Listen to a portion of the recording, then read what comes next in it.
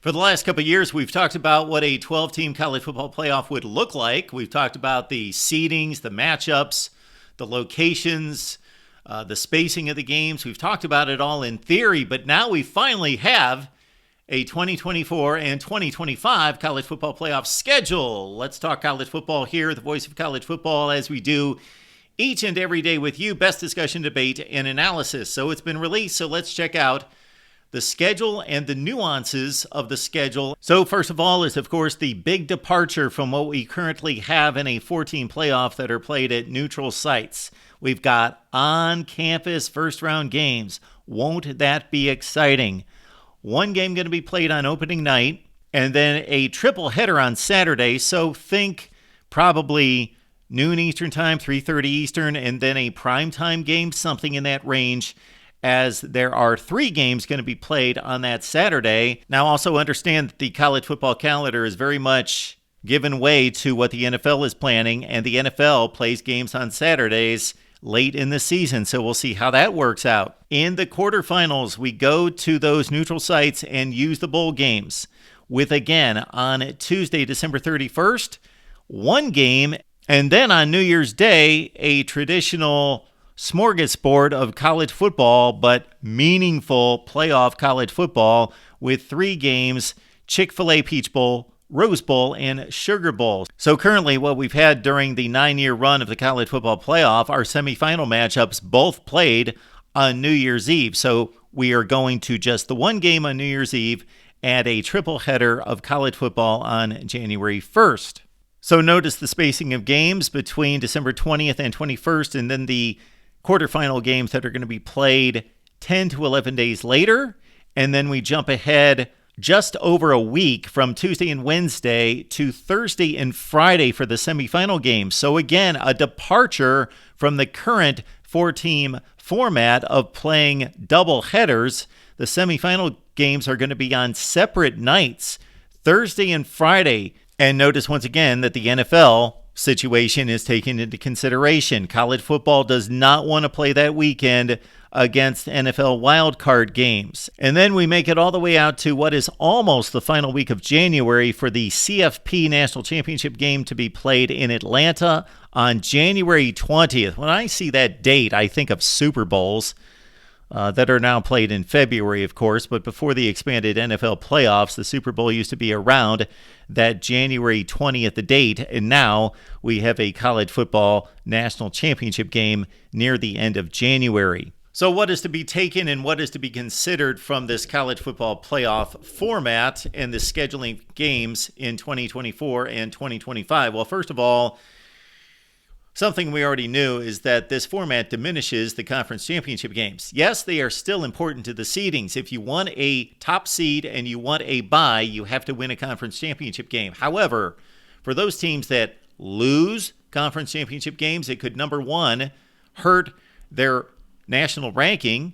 It could hurt their chances of making the 12-team field. So that conference championship game appearance for the loser may knock them out of the playoffs, number one.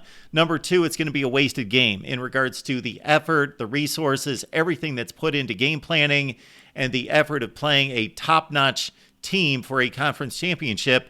Lose that game, and you get knocked back into the rankings, and it was a wasted effort for those teams that lose conference championship games. But most likely the conference championship games will not go away because they make too much money and they are spectacles for college football. And I love the conference championship games. However, in this model, they have been rendered a bit useless, unfortunately. I think that the conference championship games have been great for college football, but in this new model, they're an afterthought. They are just a means to an end.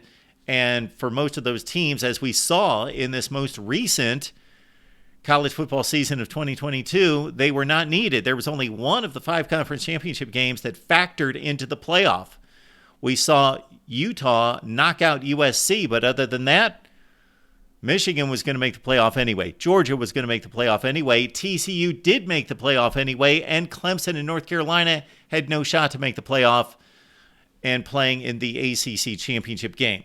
We also see the spacing of games, which we noted, where there's anywhere from 8 to 11 days between games. Also note that, of course, the conference championship games are still played The first weekend of December on that Saturday, Pac-12 plays on Friday, everybody else plays on Saturday. Then there are 2 weeks to get ready for that initial college football playoff game on campus in the first round for those teams that do not get the 4 top seeds and those buys. It can't be ignored. A lot of college football fans would like to ignore the NFL. They don't like the NFL. They don't watch the NFL. But the NFL calendar impacts college football greatly. That's why college football doesn't want anything to do with matching up its games against the NFL, regardless of the popularity of the sport. The NFL is just a monster. Now let's talk about what we don't want to talk about or don't want to consider, and that's players actually opting out of playoff games. Could it be?